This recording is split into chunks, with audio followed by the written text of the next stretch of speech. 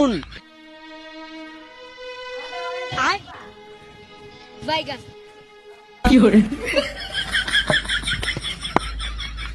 এখনো প্রেমের ভূত কাটেনি? হাত পা ভাঙার পরেও? হাত পা ভেঙেছে তো কি হয়েছে, এই মনটা তো এখন আমার ভাঙেনি। তুমি ভালো করেছো আমার মা বাবাকে বলে, আমার ভালোবাসাটা আরো স্ট্রং হয়ে গেল।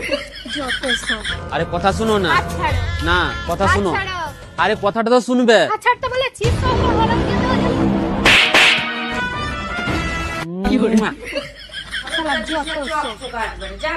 প্রেমের ভূত একদম মাথায় চেপে গেছে। আরে আমার উত্তরটা তো দিয়ে যাও। কখনোই পাবে না। সালি চলতি ফিরতি কোকেন কোকেন।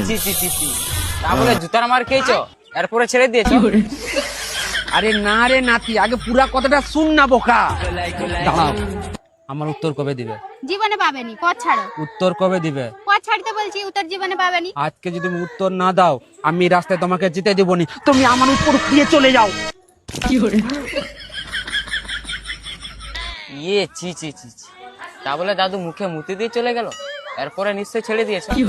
শালা বোকা চোদা, আগে পুরা কথাটা শুন না, বীজ কানে শুধু মাথা গলাচ্ছে। পুরা কথাটা শুন।